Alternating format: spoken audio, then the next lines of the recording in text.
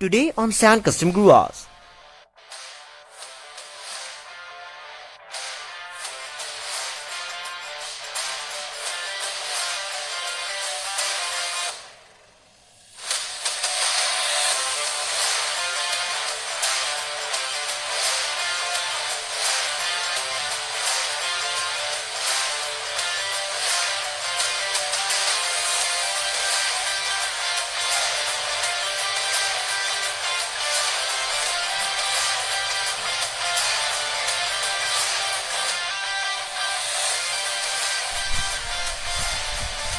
Hello guys, welcome back to Sand Custom Guas once again.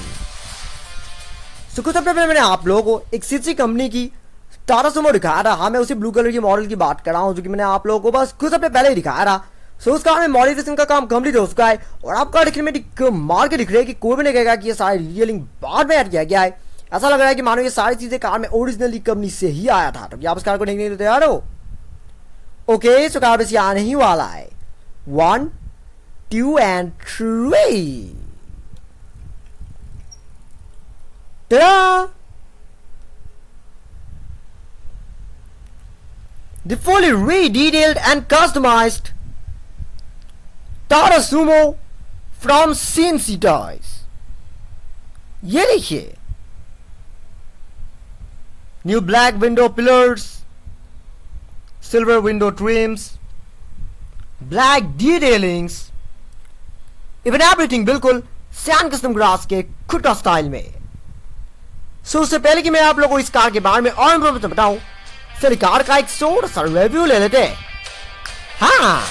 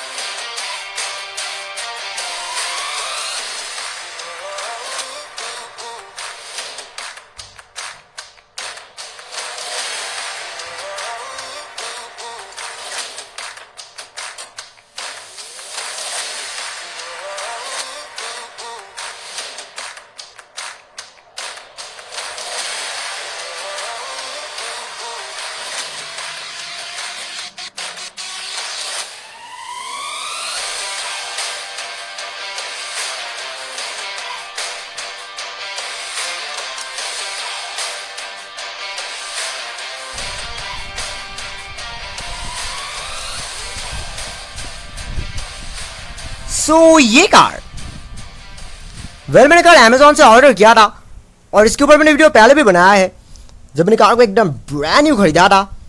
लेकिन अब पूरी की पूरी कार को कस्टमाइज किया गया है और वो भी एक बहुत ही यूनिक स्टाइल में. सो इस कार को एक्चुअली में इस तरह से डिटेल किया गया है कि देखने में स्टिल एक ओरिजिनल टाटा सुमो की तरह ही दिखे, लेकिन उसके साथ साथ ही कार में सैंड कस्टम ग्रास का थोड़ी बहुत खुद का टच भी हो. और मुझे ऐसा लग रहा है कि आप कार देखने में पहले से काफ़ी बेटर दिख रही है, क्योंकि पहले तो ये कार काफ़ी सिंपल दिखता था. तो उसके हिसाब से अब कार पहले से काफ़ी बेटर दिख रही है और काफ़ी और रियलिस्टिक भी दिख रही है.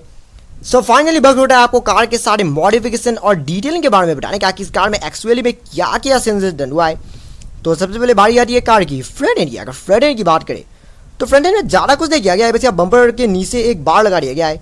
मैं इस बार की बात कर रहा हूँ जो कि यहाँ नीचे लगाया गया है. यहाँ पर नीचे आप लोगों को एक लाइन देखने को मिलेगा, एक बार टाइप का हिस्सा जो कि ओरिजिनली नहीं था.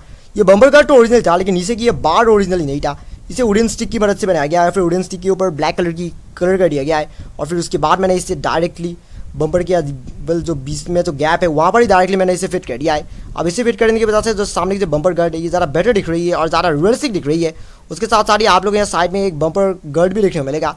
ये कोई गार्ड नहीं है, बस एक वायर रैपिंग की मदद से बनाया गया है, लेकिन इसे देखने पर बिल्कुल ये काफ़ी बहुत बम्पर गार्ड जैसी दिख रही है. अगर बात करें विंडशील्ड की तो विंडशील्ड में ज़्यादा कुछ नहीं धनवा है, बस यहाँ पर ये ब्लैक बॉर्डरिंग कर दिया गया है. इस ब्लैक बॉर्डरिंग की वजह से विंडशील्ड का जो शेप है वो ज़्यादा बेटर हो गई है. इसे थोड़ा सा और बेटर बनाया जा सकता था, लेकिन इसे और ज़्यादा बेटर बनाने के लिए मेरे पास समय नहीं था, तो इसलिए मैंने इसे जैसे हो सके वैसे ही फिट कर दिया. बस स्टिल कार काफ़ी अच्छी दिख रही है और इन सब डिटेलिंग की वजह से अब ये कार सामने से काफ़ी रियलिस्टिक दिख रही है. और अगर बात करें कार की साइड प्रोफाइल की तो साइड प्रोफाइल में सब मेन और यूनिक चीज़ें डन हुआ है. सबसे पहले मैं इन पिलर्स के बारे में बताना चाहूँगा. सो इन पिलर्स को भी बिल्कुल उसी सेम टेक्निक में पेंट किया गया है जिस टेक्निक में मैंने अपनी बाकी के कार्स के पिलर्स को पेंट किया था, परमानेंट मार्कर की मदद से पेंट किया गया है।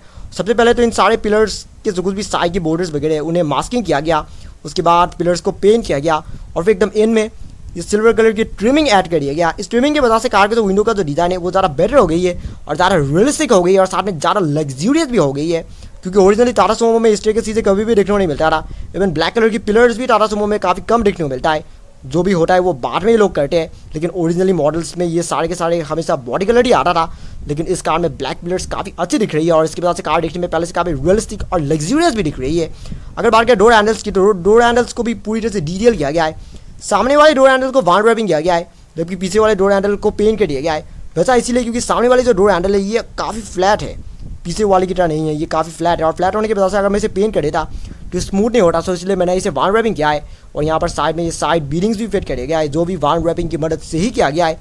व्हील्स की बात करें तो व्हील्स में मैंने ज़्यादा कुछ नहीं किया है। प्लान के मुताबिक व्हील्स रिप्लेस होने वाला था, लेकिन फिर उसके बाद मुझे करेक्ट व्हील्स मिला नहीं, क्योंकि एसयूवी है और एसयूवी के लिए एसयूवी टाइप का व्हील्स होना काफ़ी ज़रूरी है। अगर मैं इस कार में कोई नॉर्मल कार टाइप का व्हील फिट कर दूँगा तो इस कार की जो डिज़ाइन है उसके साथ सिरकारी करने जैसा होगा। सो इसलिए मैंने क्या किया, कार की जो ओरिजिनल व्हील्स था बस उनके बीच वाले हिस्से में यहाँ पर ये स्टार्स टाइप का ये वाला पैटर्न बना दिया। ये पैटर्न तो ओरिजिनल था, लेकिन ये पहले पूरा ग्रे कलर का था, लेकिन मैंने इसे ब्लैक कलर में पेंट कर दिया और ब्लैक कलर में पेंट करने की वजह से अब व्हील्स पहले से थोड़ी सी बेटर दिख रही है। मैं आने वाले फ्यूचर में व्हील को रिप्लेस करने की सोच रहा हूँ, लेकिन अभी नहीं, वो नेक्स्ट फ्यूचर में होगा।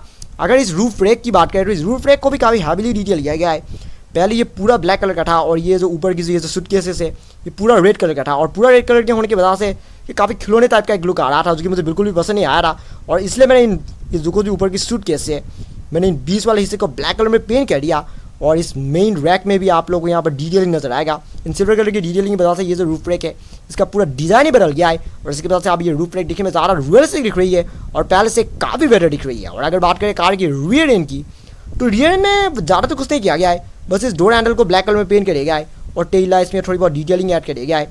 टेल लाइट्स की डिज़ाइन ओरिजिनल टाटा सुमो की तरह तो नहीं है, लेकिन इसकी वजह से आप टेल लाइट्स की डिज़ाइन पहले से काफ़ी बेटर दिख रही है और काफ़ी और रियलिस्टिक दिख रही है।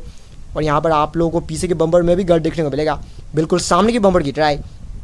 एक चीज़ जो कि मैं कार में एक्चुअली में करना चाह रहा था पर अनफॉर्चुनेटली मैं कर नहीं पाया, और वो है पीछे के विंडो की ट्रिम्स, क्योंकि मैं हमेशा सारे विंडोज ही ब्लैक ट्रिमिंग कर देता हूँ।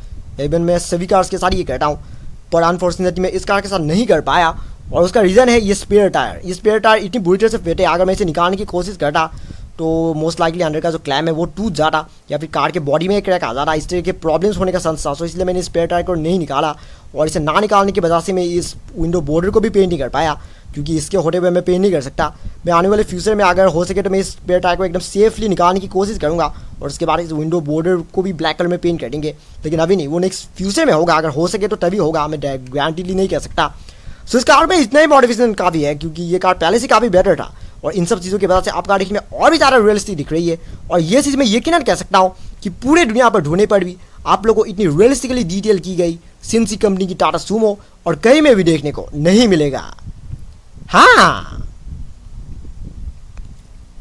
सो दोस्तों आज के लिए बस इतना ही।